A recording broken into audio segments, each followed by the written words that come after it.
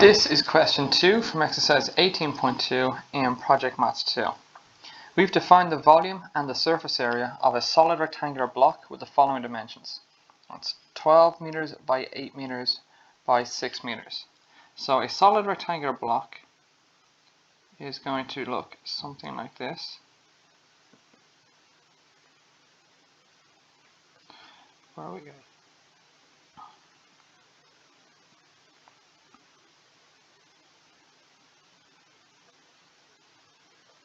And if we fill in our dimensions, we could say that that's 12, that's 8, and that's 6. Obviously my sketch is not to scale. So the first thing we're going to have to do is to find the volume. The volume of a three-dimensional shape is a measure of the amount of space that the object occupies. So unlike area, which is a measure of the two-dimensional space that it would take up, so the amount of area on a flat surface, for example, that it would take up, volume is considering the space in its 3 dimensions. So the formula for volume is length by width by height. So in our question, our volume is going to be equal to 12 by 8 by 6. And 12 times 8 times 6 is 576. And the units for volume are going to be units cubed. In this case, it's meters for all of our initial dimensions, so it's going to be meters cubed, like that. So that's our volume. Now the surface area of a given shape is a measure of the area on all of the sides on the outside of the shape. So in this particular example, we're going to be looking to get the flat area of all 6 sides of this shape.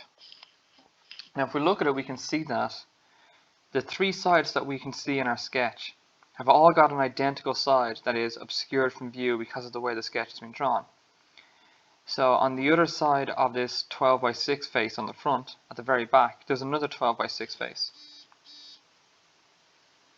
And then on the bottom, identical to this 12 by 8 space on the top, will be another 12 by 8 face.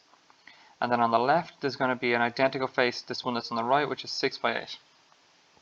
But in general, the surface area formula is going to be 2 times, and it's going to be length by width, plus 2 times length by height, plus 2 times width by height, like that.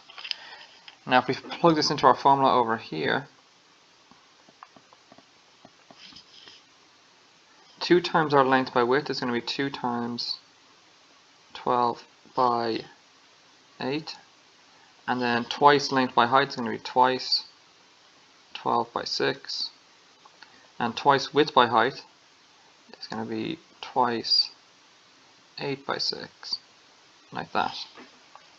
And then if we fill in those values, then 12 by 8 is 96, so we've got 2 times 96, and 12 by 6 is 72, so we've got 2 times 72, and 8 by 6 is 48, so we've got 2 times 48. And then we multiply all them out, we're going to get 192 plus 144 plus 96. And then we add those values up, we're going to get 432. And the units for area are units squared. So our initial dimensions were given in meters, which means our surface area is going to be given in meters squared. And that is that.